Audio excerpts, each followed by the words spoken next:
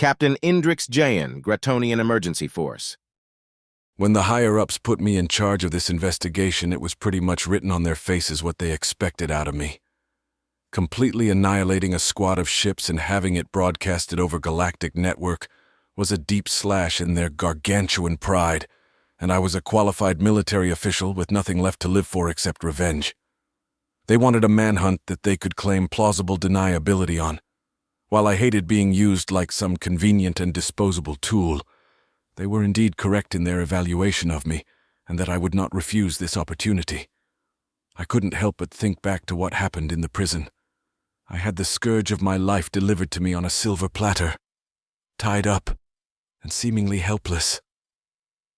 I mistook his expression of amusement as one of aggression, failing to realize that I was the one in danger in that room, not him.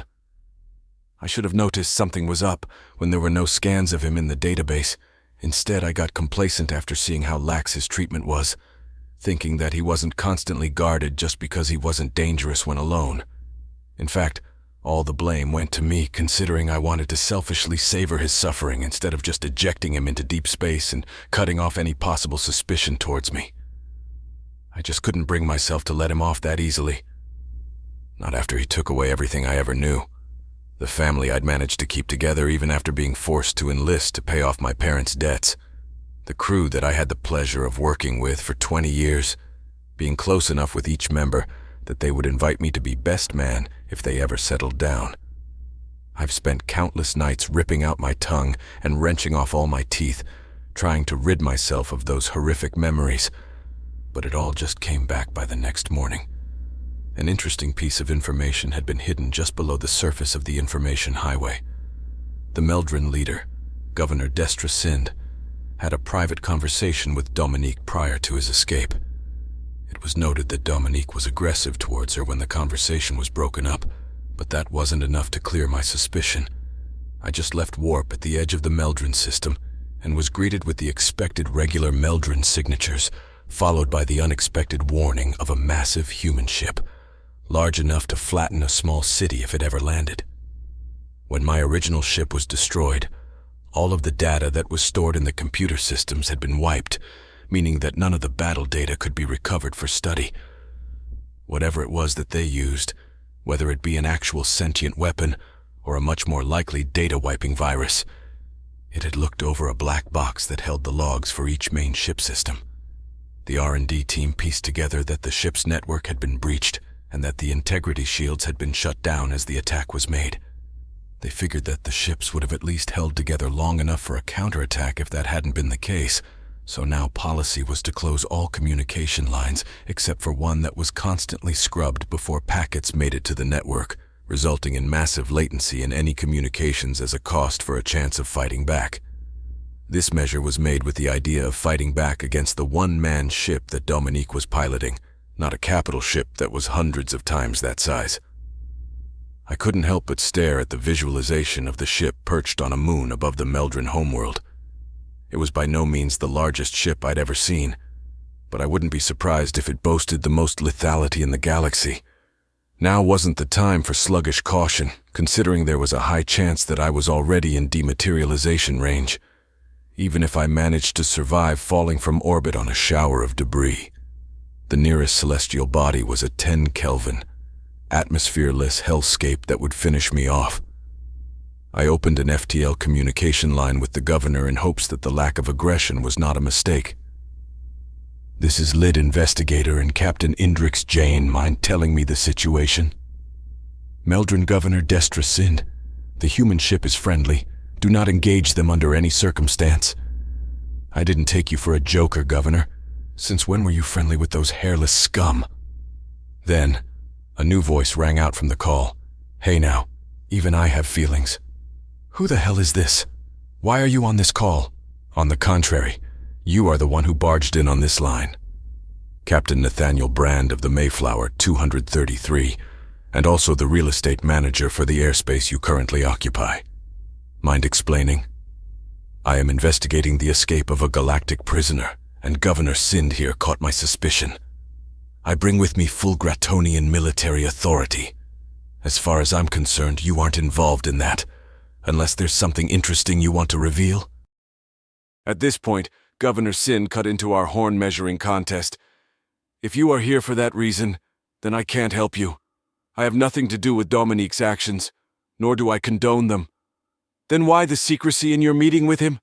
It's clear to anyone that you played a part.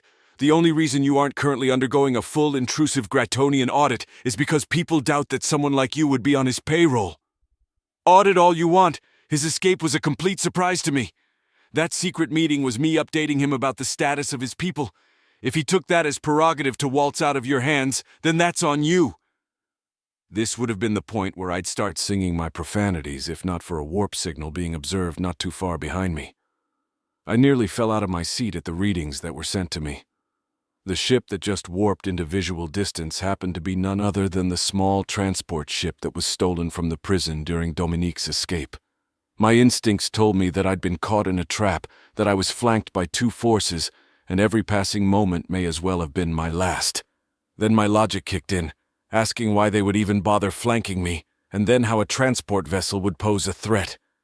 These doubts were given fuel when I heard two exclamations from the call, one of utter surprise and one of exhausted annoyance. There wasn't a guarantee that my target was actually on that ship. I needed more information before I could act. This could be my greatest chance at my goal, but it would all be for nothing if I make a mistake here and cut off any future chances. Pioneer Dominique Reynolds. We had left the station almost immediately after seeing the news. A Mokango and a masked bipedal was pretty much as suspicious as you could get in this situation, and we weren't sticking around to find any trouble.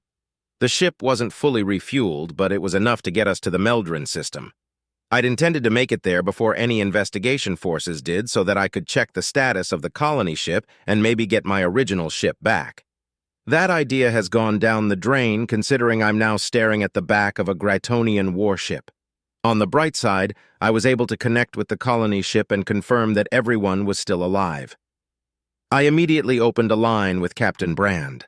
Knowing him, there was already a plan in the works, and I just needed to be informed. Pioneer Dominique reporting, what's our... Since you're here, buy us time somehow. The ship is currently offloading and we are not combat capable. You are given all operational authority. Welp, that wasn't very helpful. This stolen transport had nothing in terms of firepower, and I wasn't keen on testing Dokchara's evasive maneuvering against the wall of guns that the warship sported.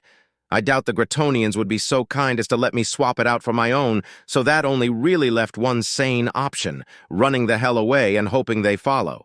Doc, how far can we jump now? We can barely make it to the neighboring system, which happens to be a Gratonian border system. Jump anyway. That at least got their attention. The warship started emitting warp signatures moments after we did, turning to match our direction so they could follow right behind us.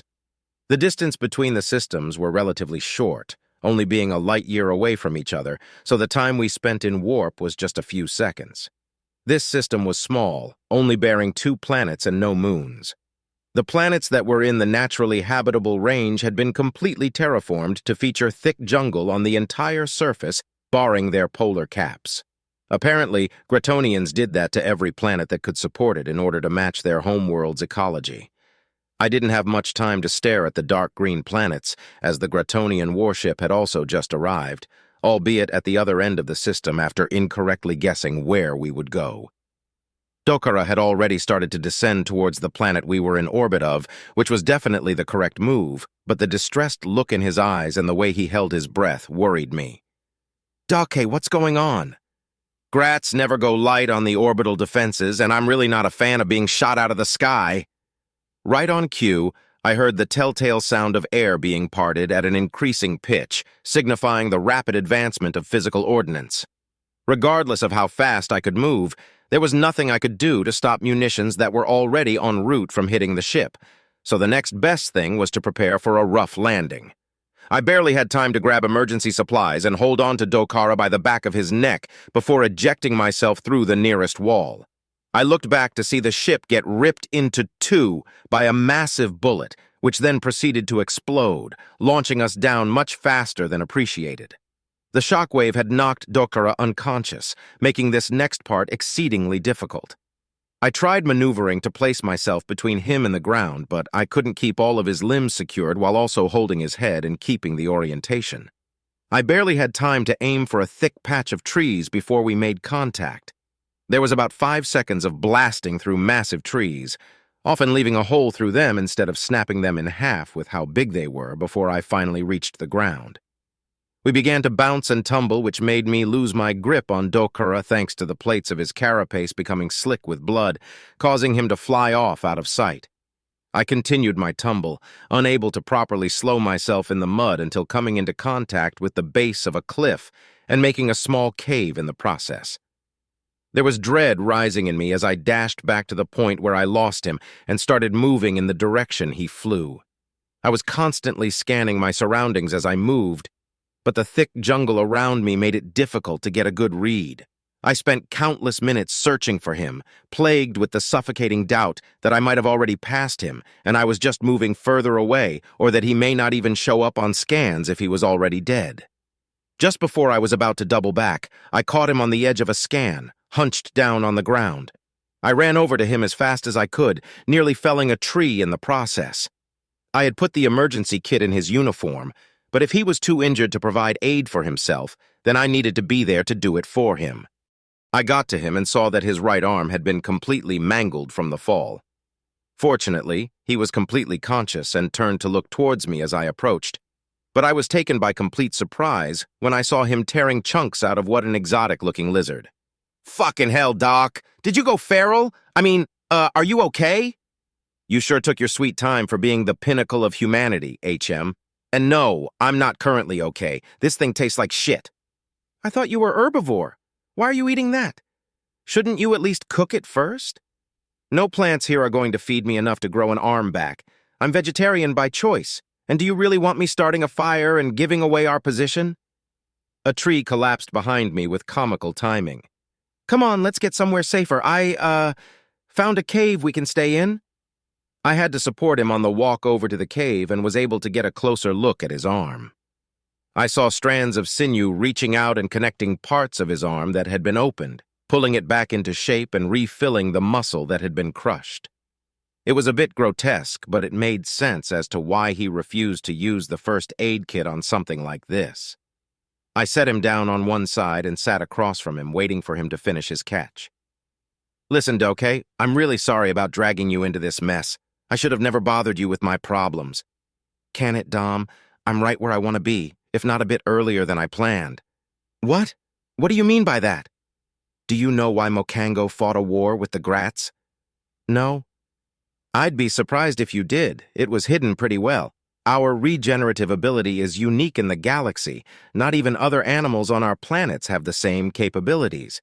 The Gratonians were too lazy or dumb to figure it out using genetic modifications, so their brilliant idea to steal our ability was to steal our people and use them as cell farms. They made serums from our blood and gave it to their nobles, making sure it couldn't be inherited so that power wouldn't spread to the lower masses. When our government caught wind of this, they declared war on the Gratonians in an attempt to free the tens of thousands that were being kept in tubes to be constantly harvested from. They lost spectacularly against the Gratonians' overwhelming force. Those people never got their way out.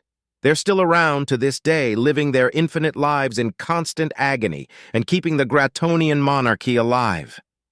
I was working in that prison because it gave me access to information that most people would be killed for knowing. I was really damn good at getting into places where I shouldn't be and remembering everything I saw. The Galactic Ceasefire Association was siphoning Mokango prisoners over to Gratonian worlds to line their pockets a bit. And in the process, they had records of where the farms were being hidden. Back when we exited Warp, the warship had guessed we would go to the other planet because it had so many more ships and weapons on it. They probably weren't even aware that there's a farm filled with my people here.